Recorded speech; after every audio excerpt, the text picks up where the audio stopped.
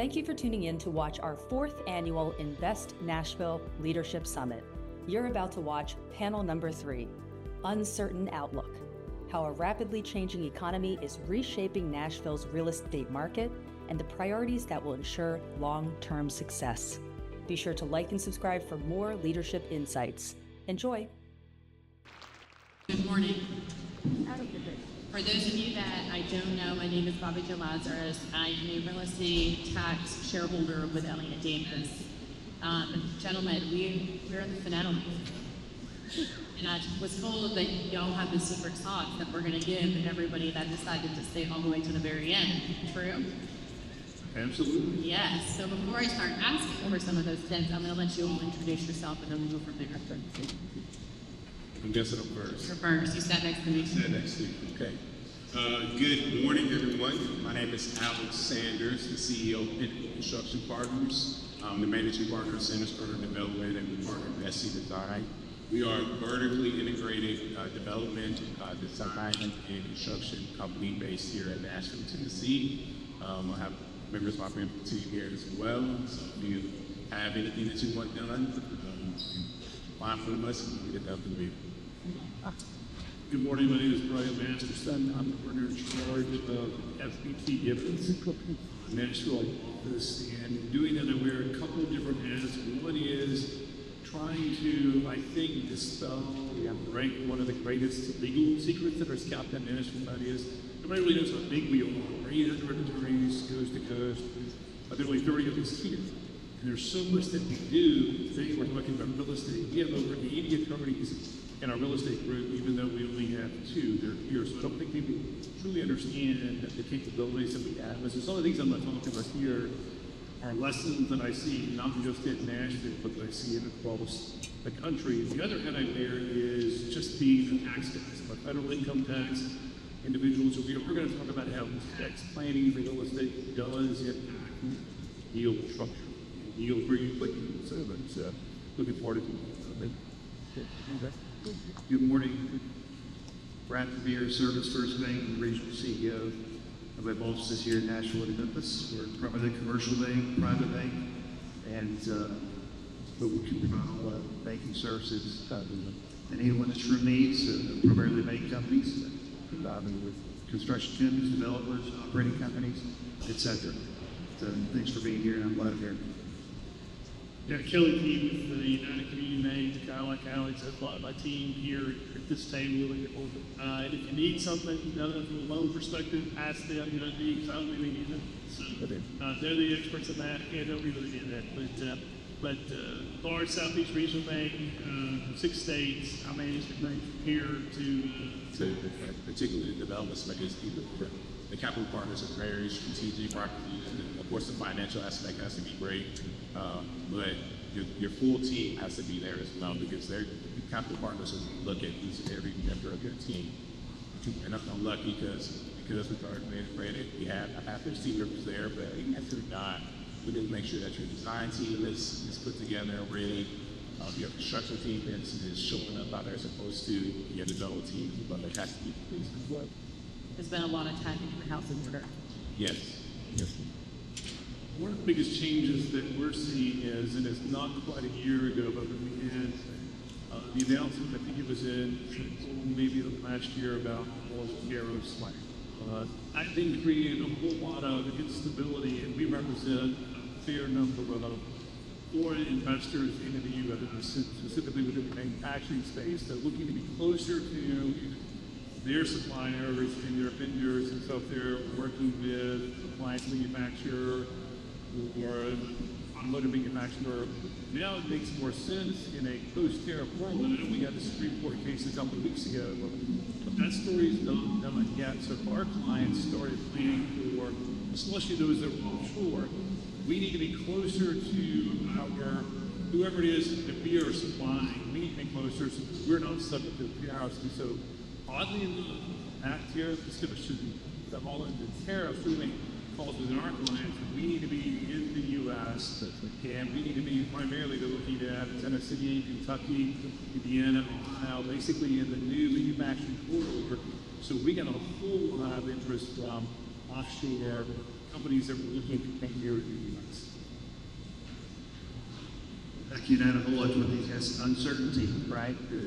When I think about the last 12 months, we had a lot of uncertainty 12 months ago.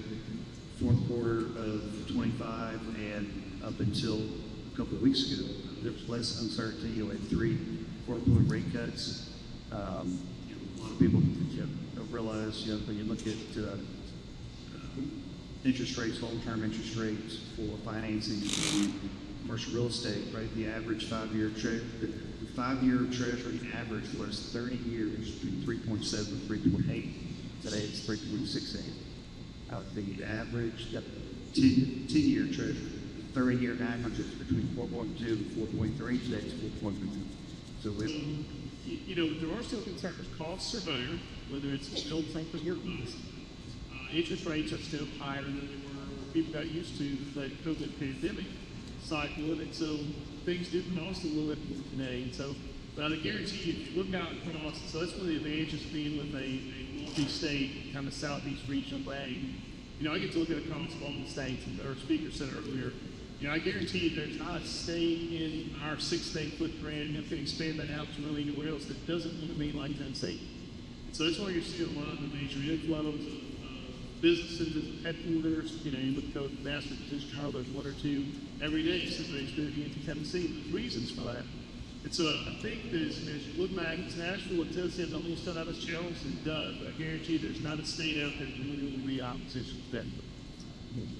Okay, I've got one more question for all of you. I'm going to start with you. Bring it over to Matt. All right, I want to get help from each of you on which asset class that is in Nashville you feel look the most resilient right now, and maybe which ones are facing structural headwinds, and how that's kind of impacting you earlier. Yeah, sure. And so a lot of what we just talked about is the opening piece of this. So if you look at some of your over leverage assets, whether they can be the hospitality rankings where you're seeing, especially non-mainstream flags, where you see those concepts have some challenges. And obviously, you see in the transfers, you see with the office tower, Shelley gets in also this many million or that many million. So, if you look back, that's really where we're seeing a lot of that. From some of the classes that are really doing well. Medical office is always still good. You see a lot of that, particularly around this healthcare group. We still see a lot of this opportunity in resilient distribution. We're seeing a nice base businesses. And one of the things I'm really bullish on that has kind of come along recently is the LMS space, the industrial outpost of Richmond. And so that's something that we're trying to get a lot of intel on how to do those, but it's not really a relay load. It's not really a warehouse stack. It is something that's becoming more required. Particularly because if you look at Amazon or any of these industries that are close to them, they have to have places to store and stay into those drives. And so I think that's something that as we go through over the next 3 to 5 years, I think that's going to become one of the really big asset classes that we're going to see a little opportunity in the state. Industry is still really strong. Very high regional distribution. Very diverse tenant mix, industrial.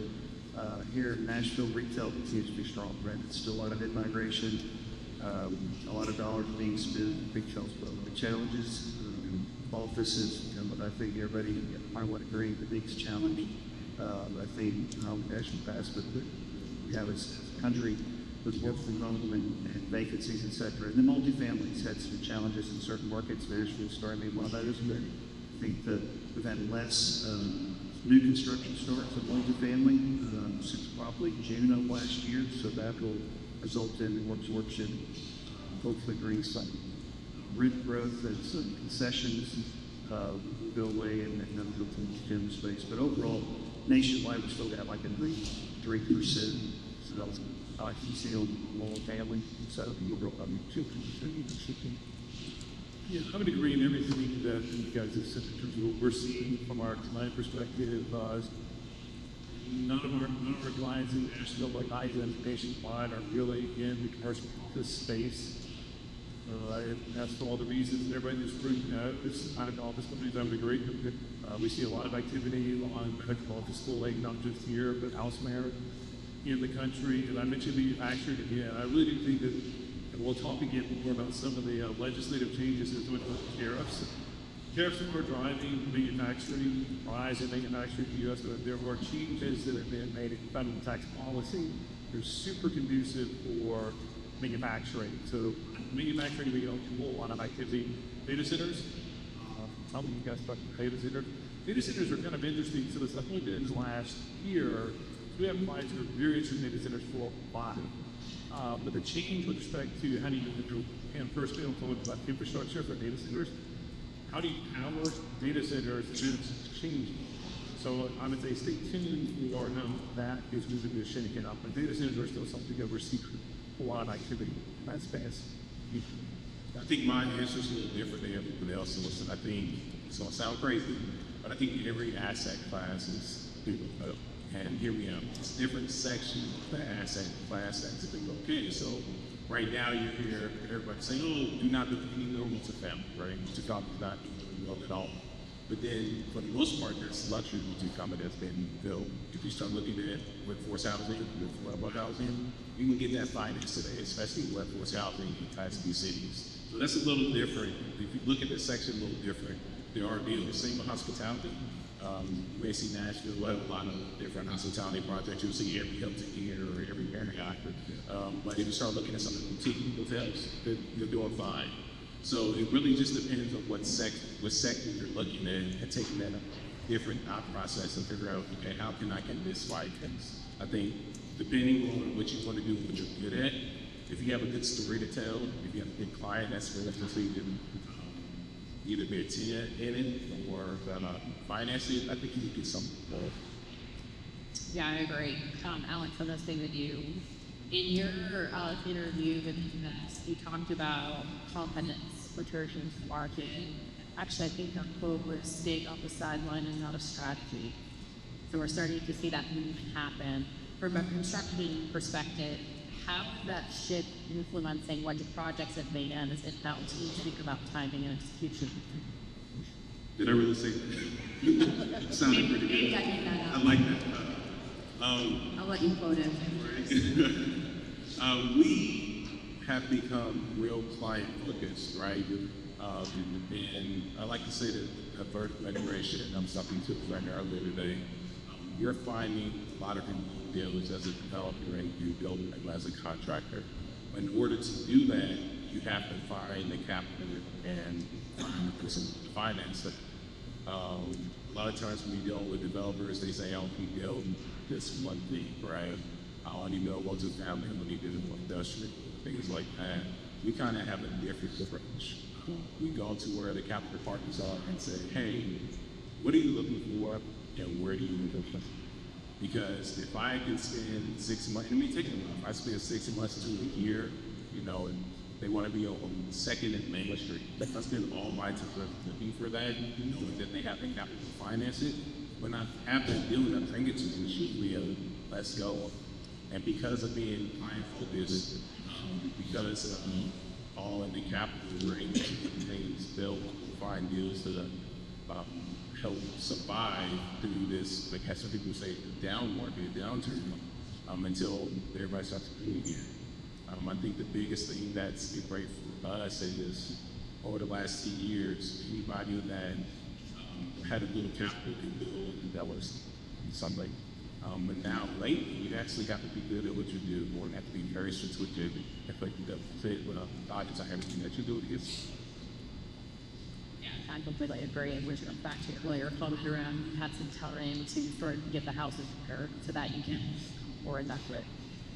Brian, I want to talk a little bit about what you're seeing separate deals that are getting done versus the ones that are still in today's environment. From a legal standpoint, where do you see the friction of these projects? It's the same place that we've seen it before, which is the financing piece. How do you put together your chemicals? Back here, the finance piece, the debt piece, or to get a project to work, higher interest rates. I think the driver's point, we're seeing it less now, which is a good thing from the development perspective, but that's what we were seeing. Either if it was development or acquisition, it was finding who your equity partners are going to be, so that you could raise that money. So raising the money took longer, so that Alex going to have to get your house in order. It took longer to raise money from a fund that was going to be equity and sponsor for a particular project, and then it took longer to find the financing, the debt financing for that. It just took longer to do that. Whereas back in the go-go days, it was literally, I could put a PPM, they have the money with them flowing in, I could get notes on the walkers if we need to, debt offerings. It just takes longer, to do that.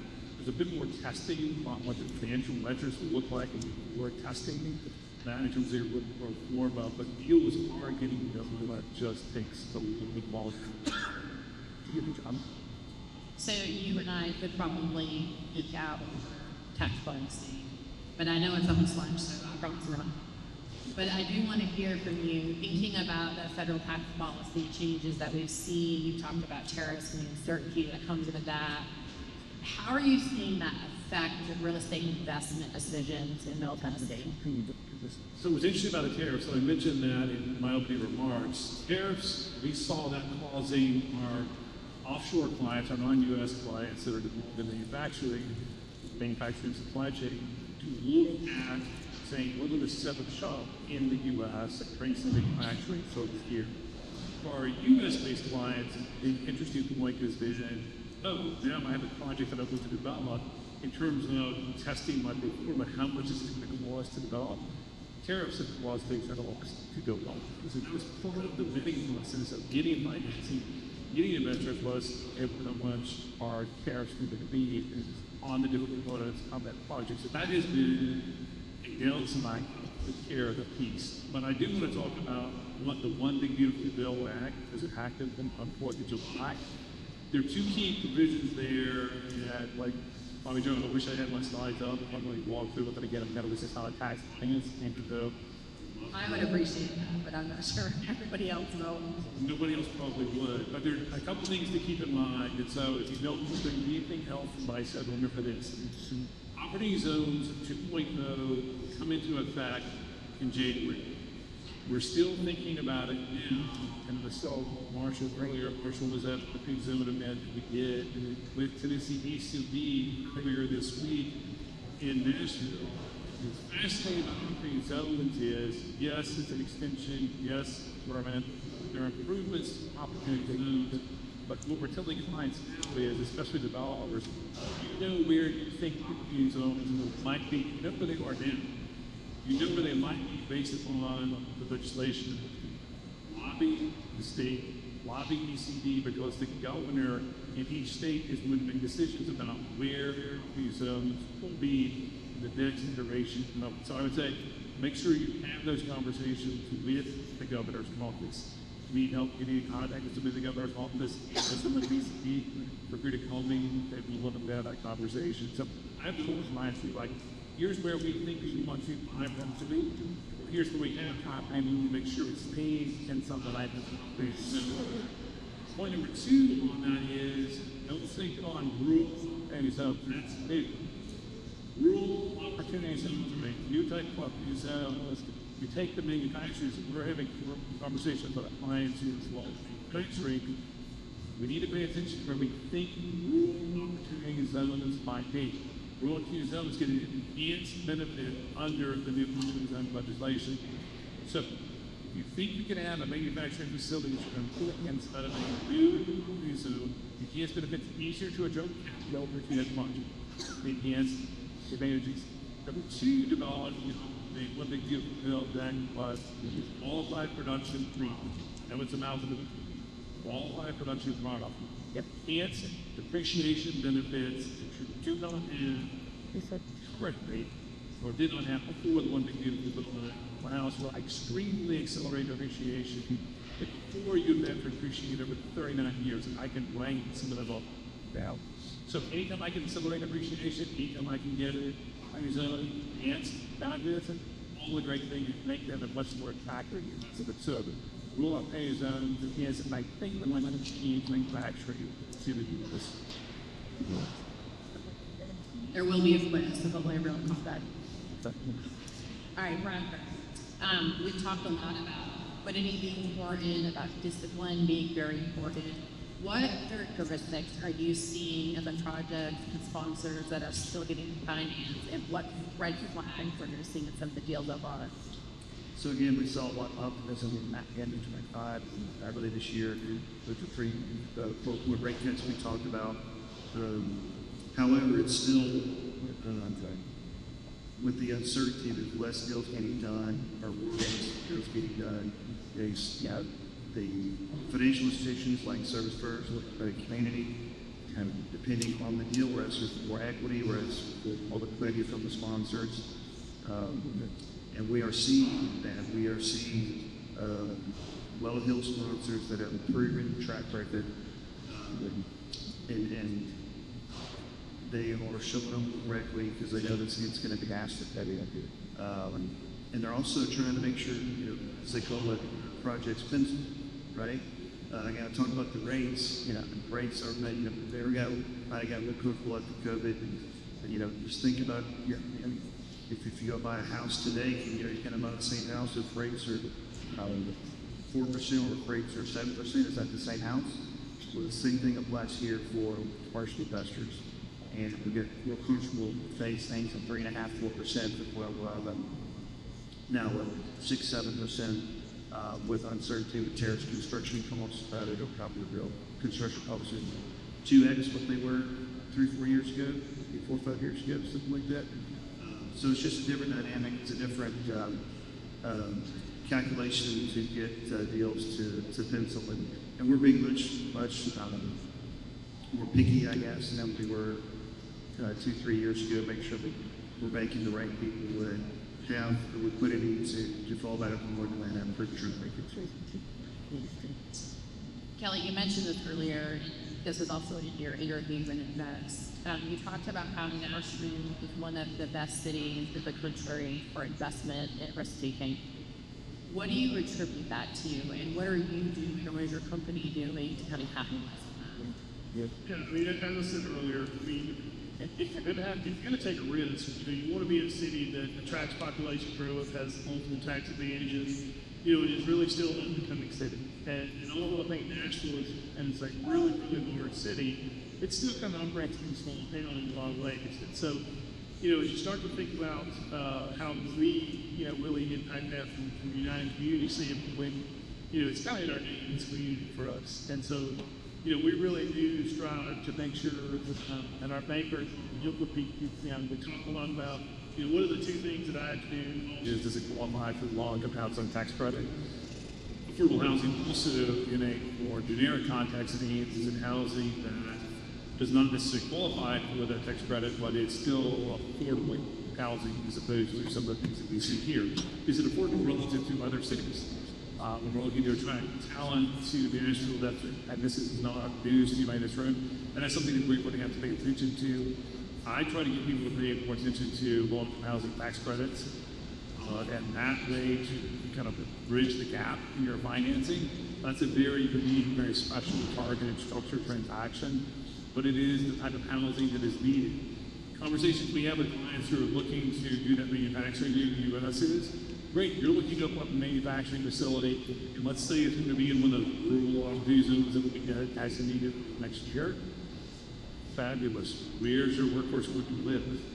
And you have to also be thinking about, do you have sufficient housing needs for your workforce there in order to be attractive employer as well? So I think it's just changing, and we're having more clients who are focused on manufacturing facility. Great. I mean, have a place to fly, a place to live is in your group. I think we have to learn how to be comfortable where we are the situation is. I know a few years ago, everybody would say, okay, next year we bet I'm just going to hold my money into this year. And then next year came, we just hold my money to next year, to the market's changing, to interest rates drop. I think we can't live our life like that. We have to get better at our craft, spend more time in it, and get comfortable where we are. I was talking to my parents, and I think when they first bought their house, the interest rate was like 10%, right? Something crazy that I wait to think about to this day. But if I'm sitting there waiting for the deal still got done at like 10% rate, right? So it's just trying to figure out what you're going to do and not wait until it's powerful to get it done. Just get better at your craft. If this is where it is, this is where it is. If it gets bad, it's a bad way. If it gets worse, it doesn't get worse. We got to figure that out too. The economy just can't stop. You guys have been in this is a place of money. We don't waste money. The economy stops, but we can't stop. We just have to get better. Yeah, I'm thinking sometimes we want rainbows and sunshine, and that's just hell, but that's not the utopia that we get all the time, right? And when things get hard, that's where creativity comes in, and that's where we start to see really feel together. Well, didn't know that. I got one more question for you, and then we'll get to the wrap. All right, looking ahead, we're going to end this on a really positive note. Looking ahead, thinking about us. Are there things that we need to think about doing differently or intentionally continue to do to sustain long-term success? When I first moved to Nashville, maybe 3 years ago, I loved how easy it was to get it up and like decision makers. How easy it was to meet you. So coming from Chicago, if you look at other markets, Chicago, New York, things like that, it's very hard to get with decision makers, and when you get the opportunity, you'll have that chance. I think what makes Nashville different is you can pretty much offer to somebody 1 degree or 2 degrees of separation in the two of that person. I think that leads to play for these ones.